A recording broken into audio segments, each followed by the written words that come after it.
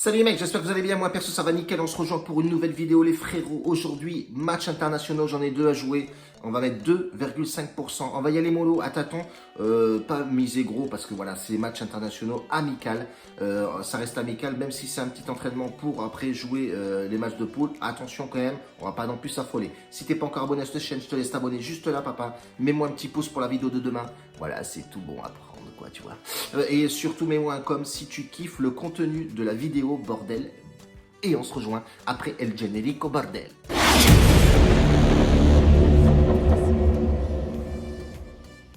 On se rejoint forcément Turquie-Croatie, premier match dans le combiné. Les Turcs sont assez solides, même voire bien solides, avec une nouvelle génération de joueurs qui est plutôt pas mal. On voit que Lille est parti faire ses achats en Turquie et franchement, honnêtement, avec ce qu'ils font en ce moment, les Turcs, c'est plutôt sympathique. On peut voir sur les 5 derniers matchs, la Turquie a fait 4 nuls et une défaite. Donc c'est solide quand même à domicile, mais attention, voilà, ça reste quand même aléatoire. On a en face quand même un lourd. Croatie est plutôt sympathique avec un Modric, etc. Mais bon, est-ce que Modric tout seul pourra se déplacer son équipe, aller gagner en Turquie? Ça va être très compliqué. Sachant qu'en Turquie, il y a des nouvelles générations de joueurs qui est plutôt pas mal, qui est en train de grimper. On voit à Lille, avec ce qu'ils font à Lille, c'est plutôt sympathique. Mais il y a une génération de joueurs qui jouent à l'étranger et surtout dans les grands clubs, Leicester, etc., Fenerbahçe. Donc on voit que Turquie est plutôt pas mal, franchement, honnêtement, ils sont très en place. Le sélectionneur turc a rappelé ses jeunes, a rappelé les joueurs de Lille aussi. Il voit effectivement, il est pas bête le mec avec tout ce qu'ils font en ce moment à Lille. C'est très costaud, franchement, honnêtement. T'as un beau football qui se dégage chez les Turcs. Maintenant, est-ce qu'ils vont se mettre ce football en cohésion? Est-ce qu'ils vont avoir assez de temps pour jouer ensemble et justement dégager un beau football? Ça, on le verra ce soir. Mais on peut voir effectivement qu'à domicile, ça reste assez costaud, même si la Croatie s'est déjà imposée là-bas. Mais c'était en 2007, je crois. Donc attention, à pas prendre à la légère la Turquie, c'est vraiment très costaud, honnêtement. Je pense pas voir les Turcs perdre ce soir. Tout peut arriver, de toute façon, voilà, tout peut arriver, c'est un match amical. Est-ce que les mecs vont se donner à donf? On le saura ce soir, les frérots. En tout cas, on part sur Turquie ou match nul sur ce match. Je le sens plutôt bien. Deuxième match avec les Danemark.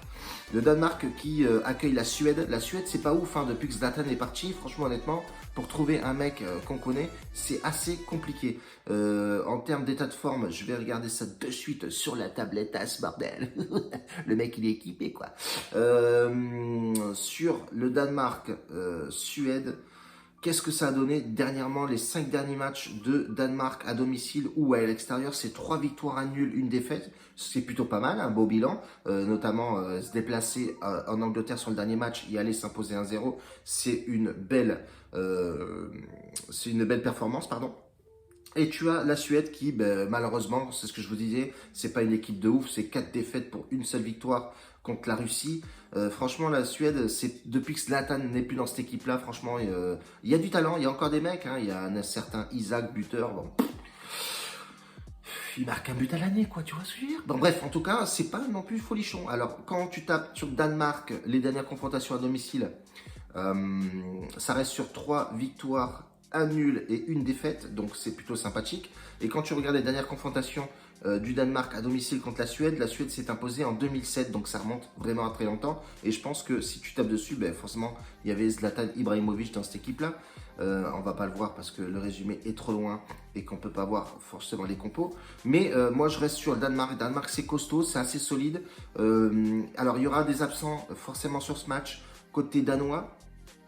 Des absents de taille, ouais, le latéral gauche apparemment qui sera absent, qui joue à Ludines. Je vais pas dire son nom parce que je vais le démonter. On va rester sur les clubs là où il joue.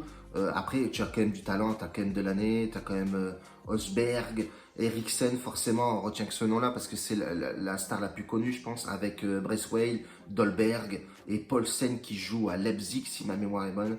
Donc, ont répondu tous présents pour ce déplacement et ce rassemblement au Danemark. Honnêtement, je pense que, en plus, ils ont plutôt l'habitude de jouer ensemble. On voit qu'il y a vraiment une cohésion d'équipe dans cette équipe de Danemark, pardon, des Danois. Et la Suède est en reconstruction un petit peu. C'est assez aléatoire, c'est assez le foutoir. Même si il y a des joueurs, attention, hein, qui jouent dans des gros clubs, notamment, bon, Bradford, c'est pas non plus un gros club, mais on peut voir effectivement que Van der de Brême a, alors c'est Augustinsson qui joue, et ça va être le seul que je connais, hein, frérot. Ah ouais, Ekdal qui joue à la Sampdoria. Il y a un mec qui joue à la Juventus aussi, c'est Kulusevski, qui est très bon d'ailleurs. Fosberg, ouais, ok, bon, bah, c'est pas une équipe de ouf non plus. Et je préfère jouer la sécurité sur ce match-là, partir sur le Danemark ou match nul, et la Turquie ou nul aussi, deux doubles chances. Pourquoi pas les tenter? On voit que les cotes sont assez hautes chez les books. Pourquoi pas tenter, franchement, un petit double chance là-dessus, plutôt sécuriser le truc que partir sur des matchs en sec. Ça va être très compliqué, très aléatoire. Aujourd'hui, attention, ça reste des matchs amicaux encore une fois. Donc doucement avec la bankroll, c'est là où il faut gérer ses gestions de mise, c'est là où il ne faut pas partir en folie parce qu'il n'y a pas de match. Donc qu'est-ce qu'on fait? On se rue sur ces matchs-là à balancer de l'oseille pour... Non, on reste quand même pépère. On a vu que sur le dernier truc, le dernier pronostic qu'on a mis sur cette chaîne, il est passé, donc on est en plus en bénéfice. Donc on patiente la reprise des matchs tranquillement, mais sûrement, et pas balancer non plus toute notre béca sur ce genre de match. Attention aussi sur les buteurs, attendez réellement les compositions, ça va tourner beaucoup, les joueurs sont assez fatigués, ils ne cessent de le répéter sur différentes chaînes de sport info. Donc attention, on a bien vu qu'en Angleterre, ils ont droit qu'à 3 changements. Nous, en France, etc., on a droit à 5 changements. Donc l'effectif a eu assez de temps à faire tourner ses effectifs. On a vu aussi en équipe de France, il y a eu pas mal de demandes de joueurs et les clubs ont refusé que les joueurs partent jouer les matchs internationaux. Donc vous avez vu que s'ils font ça les mecs, c'est pas au hasard. Ils voient qu'effectivement les joueurs sont assez fragiles en ce moment et sont surtout très fatigués. Donc voilà, une déchirure musculaire peut arriver. Enfin voilà, ils vont faire beaucoup tourner à mon avis. Donc attendez les derniers moments des compositions pour jouer sur les buteurs. Attention. Et puis voilà, et puis on reste comme ça là-dessus. Moi j'ai mis 2 doubles chances. J'espère avoir eu raison de faire ça, sachant que ça va aussi tourner l'effectif, attention, mais j'ai une bonne confiance sur ce match-là. Après, ça reste un match amical, je pense qu'il y aura plus de 5 changements ou 5 changements, donc voilà, on va rester comme ça là-dessus. En tout cas, je te remercie d'avoir suivi cette vidéo-là. On se rejoint pour demain, la prochaine, en espérant avoir des bons stats, des bons résultats. Bordel, je commence à parler un poquitito. Bref, n'oublie pas, viens, rejoins-nous sur Telegram, voilà, et Snapchat, avec pas mal d'informations. Sur Telegram, j'ai mis en place une montante pour demain. Je vais essayer de taper une montante demain. On verra comment ça se goupille. Mais bon, s'il y a une bonne confiance, on la mettra. S'il n'y a pas une bonne confiance, on ne la mettra pas tout simplement.